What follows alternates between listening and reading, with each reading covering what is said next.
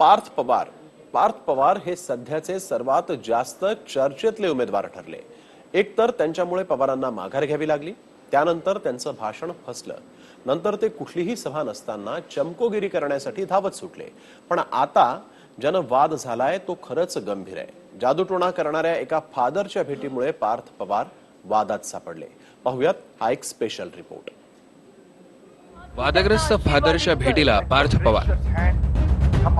तुझा कृपाळू हात त्यांच्यावर आज येऊन दे, आशीर्वादित कर त्यांना। जादूटोण्याचा आरोप असलेल्या फादरच्या आशीर्वादासाठी पार्थ पवार। त्यांना पूर्ण करू दे। तुझ्या वचनात तू लिहिलंय, नीतिमान माणूस जेव्हा सत्तेवर येतो। पार्थच्या समोर लोकांवर जादू केली जात असल्याचं उघड। मी प्रार्थना करतो दे बाप्पा, भक्तिमान नेतृत्व करणारे पुढारी उभे कर। अगदी होय, ही दृश्य पाहून महाराष्ट्राला हादरा बसलाय। उच्च विद्या विभूषित, मॉडर्न, तरुण तडफदार अशी ओळख निर्माण केलेले पार्थ पवार वादग्रस्त अशा फादर सिल्वेनच्या भेटीला पोहोचले। दापोडीच्या चर्चमध्ये हा सगळा सोहळा रंगला। पार्थचं अगोदर स्वागत करण्यात आलं आणि नंतर त्यांच्या विजयासाठी फादरनं प्रार्थना म्हटली। अर्थातच समोर गोरगरीब जनताही बसली होती। फादर लोकांवर जादू करतात तशी पार्थवरही करण्याचा प्रयत्न केला। पार्थने डोळे मिटले, पण इतरांसारखा पार्थ काही कोसळला नाही। त्यांच्यावर आज येऊन दे, आशीर्वादित कर त्यांना। हृदयातील सर्व इच्छा त्यांना पूर्ण करू दे। तुझ्या वचनात तू लिहिलंय, नीतिमान माणूस जेव्हा सत्तेवर येतो तेव्हा देशाचा उत्कर्ष होतो।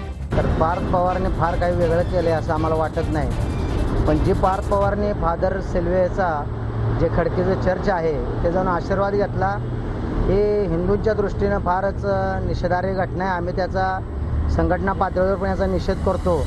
त्याचं कारण असं आहे की या चर्चमध्ये वर्षभरामध्ये 1 लाख हिंदूंचं अंधश्रद्धेच्या नावाखाली फसवून धर्मांतर केलं जातं आणि हे धर्मांतरी होणारे जे सगळे हिंदू आहेत हे अतिशय शोषित वर्गातले, गरीब कुटुंबातले, दलित समाजामधले, बौद्ध समाजामधले असे नगर, सोलापूर, लातूर या भागातून त्यांना या ठिकाणी आणलं जातं आणि त्यांना त्यांचे औषधोपचार हा फादर त्या ठिकाणी बंद करतो।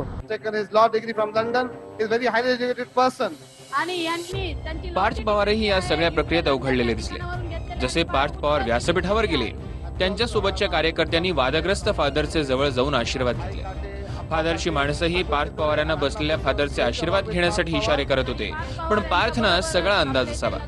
शेवटी फादर स्वतः सुटून पार्थ जवळ आले आणि आशीर्वाद दिले। आई काटे, अतुल चितोळे मी विनंती करते पास्टरांना की त्यांनी एक आपल्या प्रेमाचं प्रतीक म्हणून पार्थनं घेतलेला हा आशीर्वादच आता वादग्रस्त ठरलाय। पण पार्थ कधीही कमीपणा येईल असं वागणार नाही, असं सुनेत्रा पवारांनी म्हटलंय। मला असं वाटतं की त्यालाही जे काही बाळाकडून मिळालेलं आहे, राजकीय म्हणा, सामाजिक, ते घरातून मिळालेलं आहे।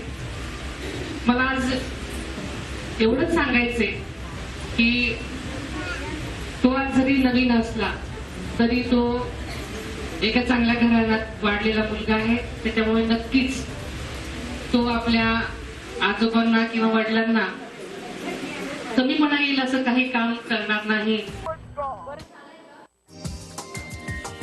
हा व्हिडिओ तुम्हाला आवडला असेल तर असे आणखी व्हिडिओ पाहण्यासाठी TV9चं YouTube चॅनल सबस्क्राईब करा, बेल बटण दाबा।